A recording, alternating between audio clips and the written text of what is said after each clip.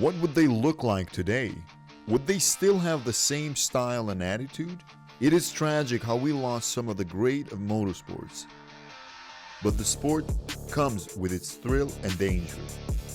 Even though in the late years the safety of the cars has improved a lot, it still takes a lot of courage to go out on the track and drive at super fast speed.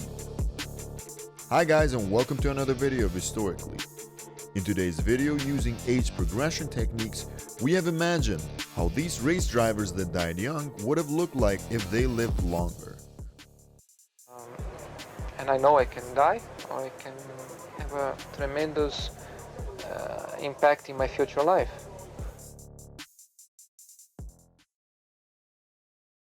Jules Bianchi was born on August 3, 1989, and he passed away on July 17, 2015.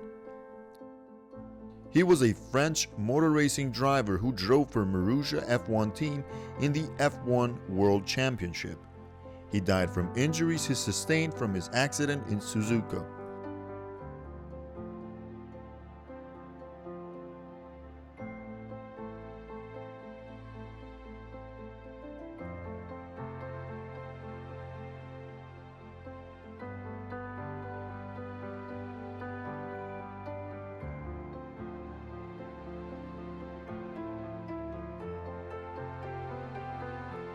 Slow. Fast. Mountain or beach? Beach. Wet or dry? Dry. Manual or automatic? Manual. Ronnie Peterson was born on February 14, 1944, and he passed away on September 11, 1978. He was a Swedish racing driver who was known by his nickname as SuperSwede. He drove for Lotus in the F1 World Championship. He crashed into the barriers, and at first it didn't seem as something major. His condition was worsened within the night, and he died due to kidney failure, which was caused by a fat embolism.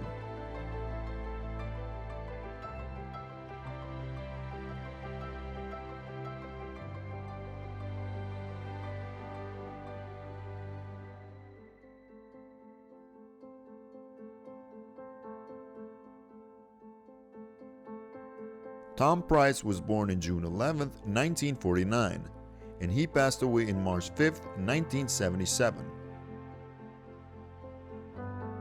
He was a British racing driver from Wales, who in the beginning of his F1 career drove for the small team Token. He then joined the team Shadow. In the 1977 South African Grand Prix, he collided with Marshall in bad weather conditions. Both men were killed. In that practice round, Pryce was faster than Niki Lauda and James Hunt.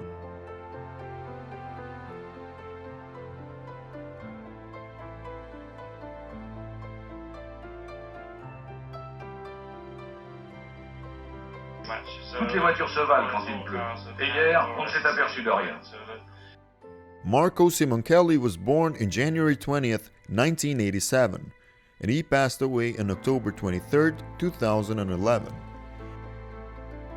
He was an Italian racing driver who competed in MotoGP.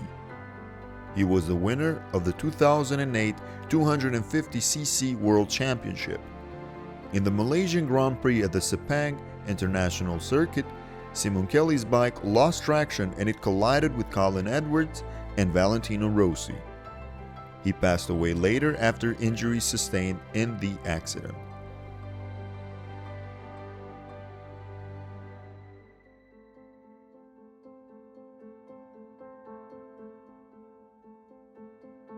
Dale Earnhardt was born on April 19, 1951, and he passed away on February 18, 2001. He was an American professional stock car driver and team owner. He drove in the NASCAR Cup Series. His nickname was the Intimidator. He had an aggressive driving style, but sadly he died during the Daytona 500 at Daytona International Speedway. He got in a three-car collision with fellow racers Ken Schrader and Sterling Marlin.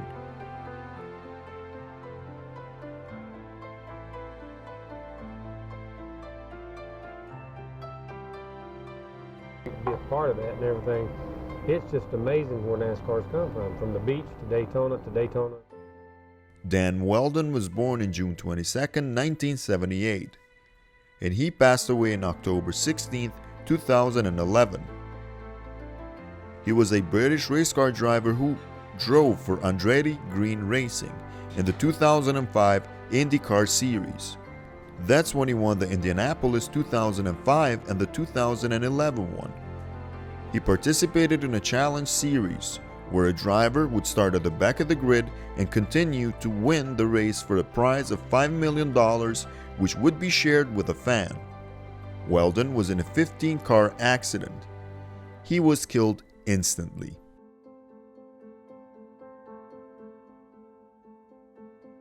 Obviously tags very fast in Townsend, and working with them has been great. Greg Moore was born on April 22, 1975, and he passed away on October 31, 1999. He was a Canadian race car driver who competed in Indy Lights and Championship Auto Racing teams. He drove for Forsyth Racing. Moore was killed when he collided violently airborne with the concrete barrier at the season-ending Marlboro 500 in California Speedway. That, and someone was coming at me in a pickup truck, and I guess she decided to turn into a parking spot where I was at. Jim Clark was born on March 4, 1936, and he passed away on April 7, 1968. He was a British race car driver who competed in F1 World Championship under the Lotus team. He was driving for F2 when his rear wheels fell off, and Clark fought to keep his car in control for 500 yards, but the car did 3 somersaults before smashing into trees, killing him instantly.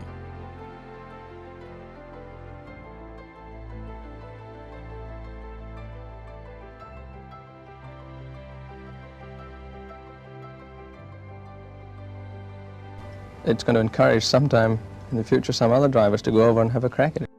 Ayrton Senna was born on March 21, 1960, and he passed away on May 1, 1994. He was a Brazilian race car driver who won the F1 World Championship in 1988, 1990, and 1991. He drove for Tolman, Lotus, McLaren, and in the end for Williams. Senna is widely regarded as the best F1 driver for his aggressive and intelligence in the track. A mechanical fault in the Brazilian steering column caused for him to lose control and drive into the concrete barrier. Let me finish. And as I went straight, it was blocked the road, and I couldn't turn back.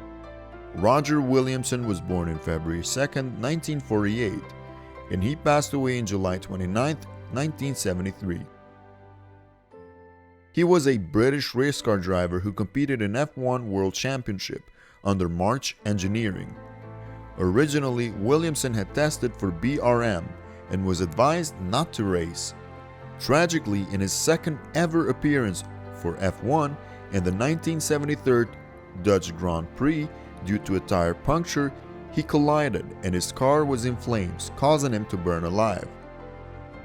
And that's all we had for today. We hope you enjoyed. Who do you think should be on this list?